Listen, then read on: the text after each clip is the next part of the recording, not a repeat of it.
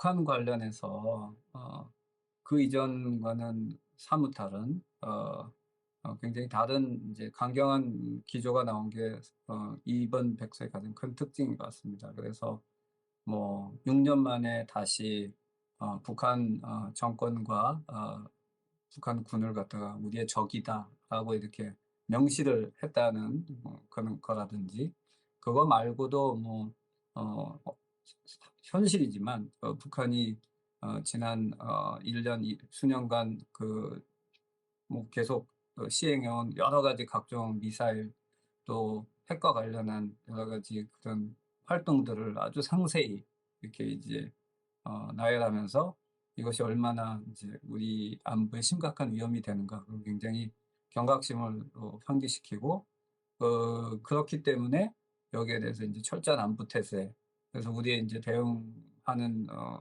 원칙 내지는 기조로서 실질적인 조치로 뭐 삼축 체제, 한국형 킬체인이라 그러죠.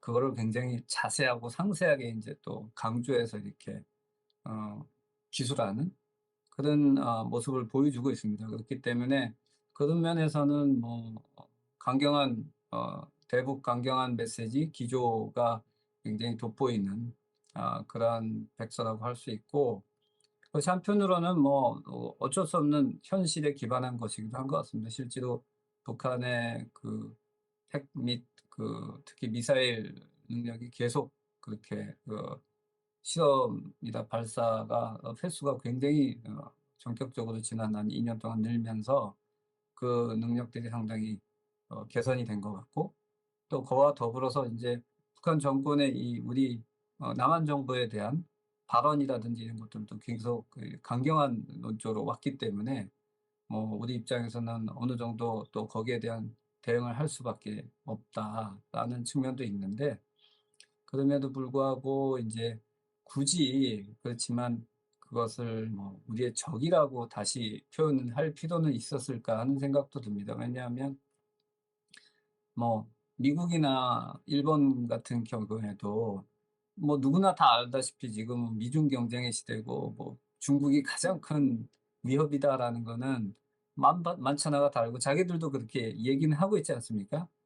그럼에도 불구하고 제가 이제 살짝 요번에 일본의 국방 방위백서 2022년 거를 보면 중국에 대해서 위협에 대해서 굉장히 그렇게 우리가 북한 위협을 이렇게 기술하듯이 심각하게 이렇게 다 자세하게 경고를 하면서도 결국은 그렇다고 해서 중국을 뭐 일본의 적이다 이렇게 표현은 안 하고, 그 대신 영어 표현으로 grave concern 이래 가지고 아주 심각한 우리의 우려가 중국이 되고 있다, 뭐 이 정도로 이제 표현을 해도 제가 볼 때는 충분하거든요. 그것이 뭐 북한을 우리가 두루다리려는 차원의 목적이 아니고, 왜냐하면 항상 모든 전쟁은 결국 하나의 정치 행위이기 때문에 이 뭐 외교적인 여러 가지 수단 내지는 또 여러 탈출구도 마련을 우리가 해놔야 되고, 실제로 또 이번 국방백서를 보면, 그리고 현 정부의 그 기조에도 뭐 나오지만, 뭐 북한에 대한 담대한 구상을 해서 또 북한과 협력할 의향도 있다라든지, 국방백서에도 뭐 평화 통일을 위한 우리가 준비를 해야 된다, 뭐 남북 간의 뭐 신뢰 구축을 해야 된다, 뭐 이런 얘기들이 또 여전히 나오거든요. 그러니까 좀 그러한 것들이 서로 좀 굉장히 서로 상반되는 그런 경향이 너무 이렇게 강하게 드러나는 것 같아서, 그것은 좀 아쉬운 점이 아닌가 그렇게 생각이 듭니다. 이번 국방백서에서 막 밝히고 있듯이 여전히 한국에게 이제 가장 중요한 지금 당장 시급한 위협은 어, 한반도에서의 이제 또 다른 전쟁이 일어나지 않도록 우리가 그걸 억제하고 막는 것이고, 거기서 가장 큰 여전히 중요한 위협은 이제 북한의 대량 살상 무기 개발이라든지 북한 정권의 상당히 이제 그런 공격적인 태도, 이런 게 되겠죠. 그래서 이제 이거에 대한 대비를 철저히 하는 거는 뭐 여전히 그 중요한 것이고, 거기에 있어서 한미동맹이 여전히 굉장히 중요하다.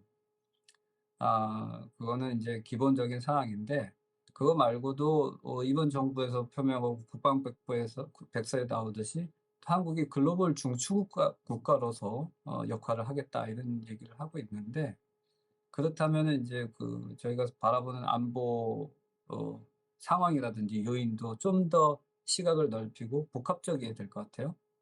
그래서 실제로 우리 초반에 얘기했듯이 동북아를 둘러싼 여러 안보 상황이 인제 복잡해지고 있으니까 그런 것까지도 우리가 좀 고려해서 대비할 수 있는 장기적인 안보 정책 이게 하나 인제 좀 더 저희가 구체적으로 생각을 해야 될 것 같고요.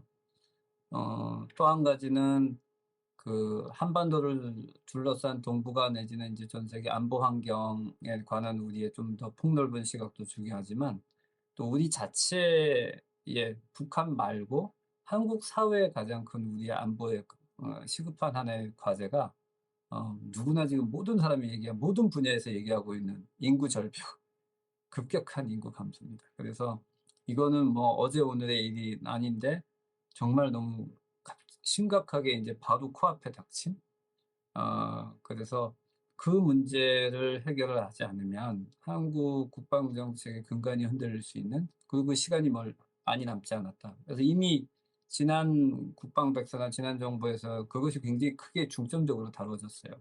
그래서 이미 저희 얼마 전까지만 해도 60만 대군 이랬는데 그거는 옛날 얘기입니다 벌써. 지금은 50만 대군입니다. 육군이 10만이 줄었어요. 그게 우리가 줄이고 싶어서 줄인 게 아니고 군에 갈 병사가 없습니다.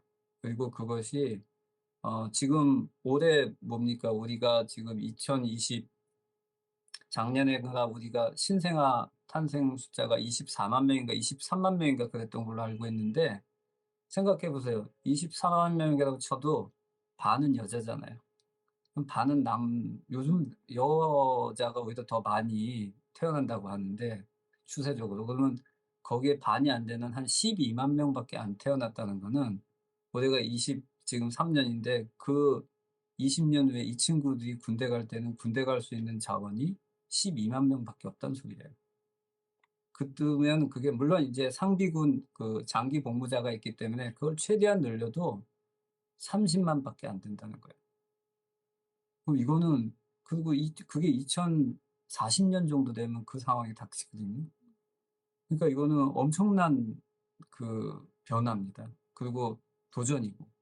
그러면 60만 에서 갑자기 30만 으로 줄어든 군을 가지고 어떻게 지금 만약 그때까지 뭐 한반도에 평화가 오고 뭐 여러 가지 상황이 좋아지면 다행인데 만약 그렇지 않다면 지금과 비슷한 정도의 그런 한반도나 동북아 주변 정세가 위험하다면 그 반으로 줄어든 숫자를 가지고 어떻게 우리가 국방을 담보할 수 있는지 그거에 관한 굉장히 심각하고 치열한 고민이 필요하지 않나. 그래서 지난번 국방백서에서는 그거에 관한 얘기가 굉장히 자세하고 크게 나왔어요. 근데 이번 국방백서에서는 어 하나의 어느 정도 대안을 또 제시는 했어요. 뭐 AI를 뭡니까? 활용한 국방 혁신 개혁 4.0을 하겠다. 이러고는 있는데 이것이 뭔가 좀 구체적으로 연결이 안 되고 좀 막연히 그냥 모든 분야에 그냥 AI, AI, AI 이렇게만 얘기를 하고 있는 것 같거든요.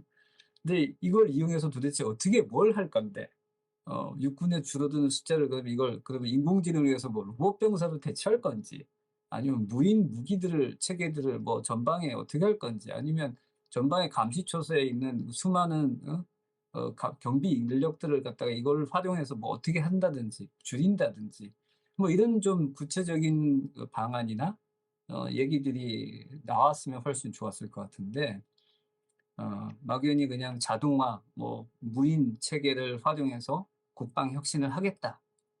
모든 뭐 육해공군 할 거 없이 심지어 이제 우주 군도 얘기를 하면서 그런 얘기는 하는데 그것이 좀 우리의 지금 맞닥뜨려져 있는 동북아 정세, 북한 그리고 국내의 이런 인구 급격한 변화 이런 것들과 좀 어떻게 잘 연결이 돼 보이지는 않는다. 아직까지는 좀 굉장히 추상적이다라는 그런 느낌이 들어서 앞으로의 우리의 군 구조에 관한 얘기 그리고 군 구조가 되면 거기에 따른 작전 전략 이런 것도 다 바뀌어야 되고요. 그리고 당연히 거기에 따른 무기 체계도 거기에 맞게끔 이렇게 새로 우리가 개발을 하고 또 적용을 하려는 그런 모습이 보여야 되는데 그런 것들을 좀 인제 앞으로는 구체적으로 고민할 필요가 있지 않나 하는 그런 생각이 듭니다.